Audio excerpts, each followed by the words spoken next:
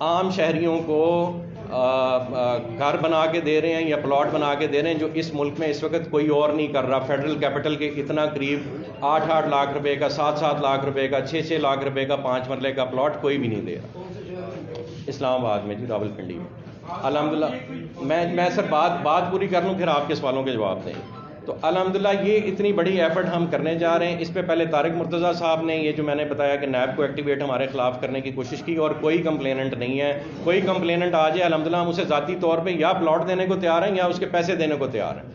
اس کے بعد جی next attempt یہ ہوئی, آپ کے ساتھ 2 FIRs میں یہاں پہ شیئر کرتا ہوں. اینٹی کرپشن ڈپارٹمنٹ نے جو نفیس گوہر صاحب ان کے اس وقت ڈائریکٹر اینٹی کرپشن ہیں, اور ان پہ خود ایک انکوائری چل رہی ہے اس وقت محکمہ نیب میں ایسٹس بیانڈ مینز کی. یعنی ایک تعجب سے بھری بات ہے کہ ایک ملک کے اتنے بڑے محکمے کا جس نے پورے سسٹم کو اینٹی کرپشن کی طرز پہ دیکھنا ہے اور کرپشن سے پاک کرنا ہے, اس کے سربراہ پہ اپنا ایک چل رہا ہے کیس ایسٹس بیانڈ مینز کا. یعنی جس پہ خود انکوائری ہے اس کو تو ویسے ہی ایک سائڈ پہ ہو جانا چاہیے, اسٹیپ ڈاؤن کر جانا چاہیے. تو ان صاحب نے ہم پہ الزام لگایا یا ان کے محکمے نے ہم پہ الزام لگایا, ہو سکتا ہے نفیس گوہر صاحب کو مس گائیڈ کیا جا رہا ہو. 1172 کنال کی ایک اراضی جناب جو حکومت پاکستان کے اپنے قبضے میں ہے, اور نفیس گوہر صاحب اب سے تقریباً 6-7 ماہ پہلے مارچ میں یا فروری میں یہ لینڈ جو ہے نیا پاکستان ہاؤسنگ پروجیکٹ کو اپنے لکھے ہوئے لیٹرز کے تحت اور اپنے تحصیلدار پٹواریوں کی لکھی گئی, یعنی ریونیو ڈپارٹمنٹ کے تحصیلدار کی لکھی گئی رپورٹ کے مطابق ہینڈ اوور کر چکے ہوئے ہیں گورنمنٹ آف پاکستان کو. اس کا ہم پہ ایک جھوٹی FIR کی جاتی ہے, اور ایک ہی دن میں 2 FIRs ایک ہی سبجیکٹ پہ کی جاتی ہیں. یہ شاید پاکستان کی ہسٹری میں پہلا ایگزامپل ہوگا کہ ایک ہی دن میں 2 FIRs ایک ہی سبجیکٹ پہ. صرف مقصد کیا تھا کہ ایک FIR میں ہم ضمانت کرا لیں گے تو دوسری FIR کا ہمیں پتہ نہیں لگے گا, تو ہمیں ملائن کرنے کے, ہمیں ذلیل کرنے کی کوشش کی جائے گی, پبلک کو ہمارے اگینسٹ کرنے کی کوشش کی جائے گی. میری جی الٹیمیٹلی اپیل ہے وزیر اعظم پاکستان سے, میری اپیل ہے آرمی چیف سے, چونکہ وزیر اعظم صاحب اور آرمی چیف دونوں یہ چیز انشور کر رہے ہیں کہ پاکستان مثبت راہ کی طرف گامزن ہو. خدارہ اس ملک میں جو تعمیراتی ہاتھ ہیں انہیں ایک دوسرے کی رائیولری اور محکموں میں اور آپ کی صفوں میں بیٹھی کالی بھیڑوں کا شکار ہونے سے بچا لیجیے. آپ کو ہر ڈیولپر کا ذاتی طور پہ, جیسے آپ کراچی تشریف لے گئے اور وہاں کے مشہور بزنس مینوں کو بلا کے آپ نے تسلی اور تشفی دی کہ جی آپ کام کریں, گورنمنٹ آپ کو سپورٹ کرے گی, ویسی تسلی اور تشفی ہمیں چاہیے. اگر خان صاحب گھر بنانا چاہتے ہیں 50 لاکھ, تو اس میں سے 1 لاکھ 2 لاکھ گھر ہم بنا کے دینے کو تیار ہیں. ہم نے 5000 گھر گورنمنٹ آف پاکستان کو فری آف کاسٹ آفر کیے, اور معذرت کے ساتھ اس کا بھی ہم پہ الزام لگایا گیا کہ خدا نخواستہ ہم گورنمنٹ کو رشوت دینے کی کوشش کر رہے ہیں. 5000 گھروں کی رشوت کون دیتا ہے میرے بھائی؟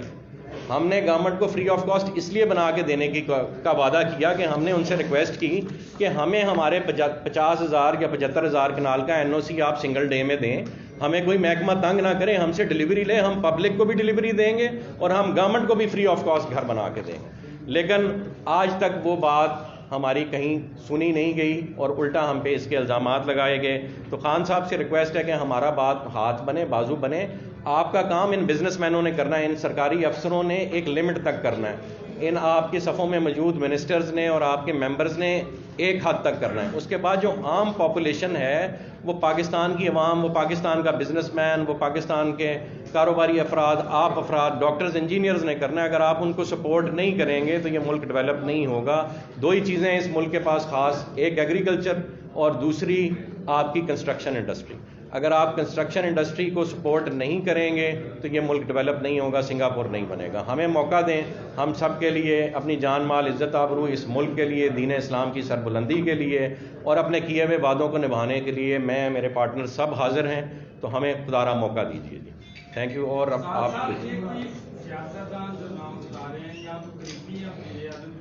کون جی؟ میں سر چونکہ وزیر اعظم صاحب سے ہم محبت کرتے ہیں, ان کی ایفرٹ سے محبت کرتے ہیں. کوئی بھی وزیر اعظم اس ملک میں آئے جو پاکستان کو پروگرس کی طرف لے کے جانا چاہے, ہم اس کے ساتھ ہیں. ہم کسی ایک فرد واحد کے ساتھ نہیں, ہم سب کے ساتھ ہیں جو ملک کی ڈیولپمنٹ میں, مسلمانوں کی ڈیولپمنٹ میں انٹرسٹڈ ہیں. میں اس لیے وزیر اعظم صاحب کو کہیں پہ جو ہے ڈیفیم نہیں کرنا چاہتا. میں نام نہیں لوں گا. وزیر اعظم صاحب بلائیں گے, ذاتی طور پہ بلائیں گے. یس, وہ اچھے عہدوں پہ فائز ہیں اور آپ لوگ جانتے ہیں وہ لوگ کون ہیں. یہ بتائیں کہ آپ کے خلاف کمپین کی جا رہی ہے کہ آپ کے پاس ایک بندہ بھی نہیں ہے اور یونیورسٹی کے نام سے آپ ایک بہت بڑا فراڈ کر رہے ہیں, اور کون سے ایسے لوگ ہیں جو آپ کی کمپین چلا رہے ہیں؟ آپ وہ لوگ جی اس ملک میں کچھ ڈیولپمنٹ کے شعبے سے ریلیٹڈ لوگ ہیں جو پہلے ڈیولپرز ہیں, پرائیویٹ ڈیولپرز ہیں. انہوں نے سرکاری اداروں میں اپنے ٹاؤٹس بھرتی کرائے ہوئے ہیں یا ٹاؤٹس خریدے ہوئے ہیں.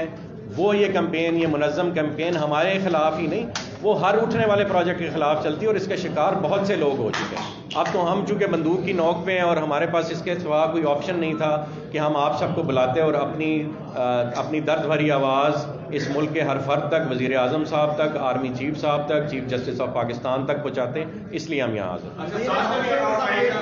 صاحب یہ فرمائے گا کہ ابھی تک جو ہے آپ کی جانب سے بھی کوئی قانونی کارروائی کہ کیوں کام آپ کا روکا جا رہا ہے, کہاں پہ ہینڈلز آ رہی ہیں, اس حوالے سے آپ کی جانب سے؟ جی, ہم ہائی کورٹ میں اس وقت ہم آر ڈی اے کی جورسڈکشن بھی چیلنج کیے ہوئے ہیں اور ہم نے ہائی کورٹ سے یہ ریکویسٹ کی ہوئی ہے کہ ہمیں کام کرتے رہنے دینے کی اجازت دی جائے. ہائی کورٹ سے ہم 2 دفعہ یہ ریکویسٹ کر چکے ہیں کہ ہمیں اپروولز کا پروسیس اگر یہ محکمے نہیں کرتے تو خدارہ ایک محکمہ جو جوڈیشری ہے وہ ہماری ہیلپ کرے اور ہمیں یہ کام کرا کے وزیر ہاؤسنگ سے جی محمود الرشید صاحب سے بارہا اس پہ بات ہوئی ہے, لیکن معذرت کے ساتھ وہ بھی بیوروکریسی کے آگے بے بس نظر آتے ہیں. سر, آپ نے جتنی بھی باتیں کی ہیں, جو بھی الزامات یا 2 باتیں بھی آپ کر رہے ہیں, وہ مفروضے کی بنیاد پہ کر رہے ہیں. کوئی نہ نام بتا رہے ہیں آپ, نہ اماؤنٹ بتا رہے ہیں کہ کتنی رقم. میرے بھائی مفروضے کی بنیاد پہ نہیں کر رہے, ہم فیکٹ اینڈ فگرز کی بنیاد پہ کر رہے ہیں اور آپ کو اطلاع دے رہے ہیں کہ ہم کسی کو بھی ڈیفیم نہیں کرنا چاہتے. ہم اپنی آواز صحیح کوریڈورز تک بتانا چاہتے ہیں. چونکہ آرمی چیف اور وزیر اعظم صاحب بہت سیریس ہیں, اپنی صفوں میں موجود کالی بھیڑوں کو وہ چن چن کے باہر نکالتے ہیں, تو وہ ہم سے پوچھیں, ہم ان کو بتا دیں گے. جزاک اللہ خیر.